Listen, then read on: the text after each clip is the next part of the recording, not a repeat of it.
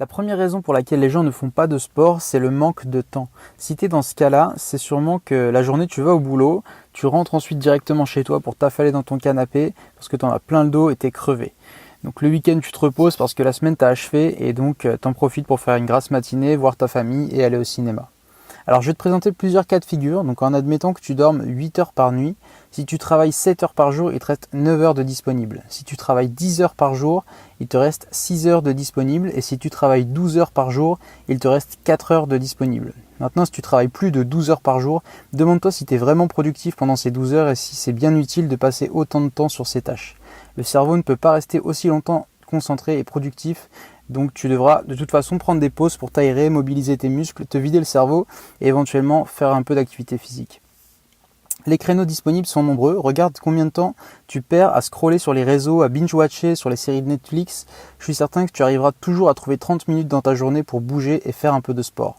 Ça peut être tôt le matin, avant que tout le monde se lève, ça peut être pendant la pause déjeuner, en rentrant du travail, ou encore le week-end. Donc, si tu te sens fatigué en ce moment alors que tu fais même pas de sport, je me doute que tu dois te dire, imagine comment ça va être si en plus je faisais du sport. Sauf qu'en réalité, même si le sport te fatigue sur le moment, sur le long terme, ça va te permettre de booster ton énergie.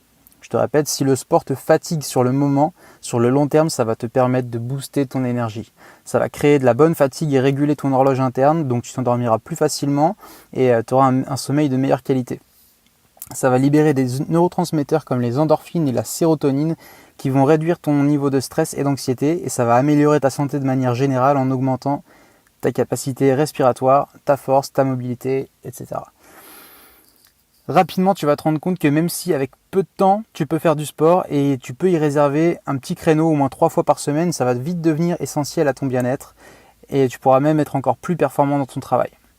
Voilà, j'espère t'avoir convaincu et que tu vas trouver le temps de faire du sport pour améliorer ta santé. Si tu as aimé ce podcast, pense à mettre un like et à partager à tes amis si tu penses que ça peut les aider. À demain, salut!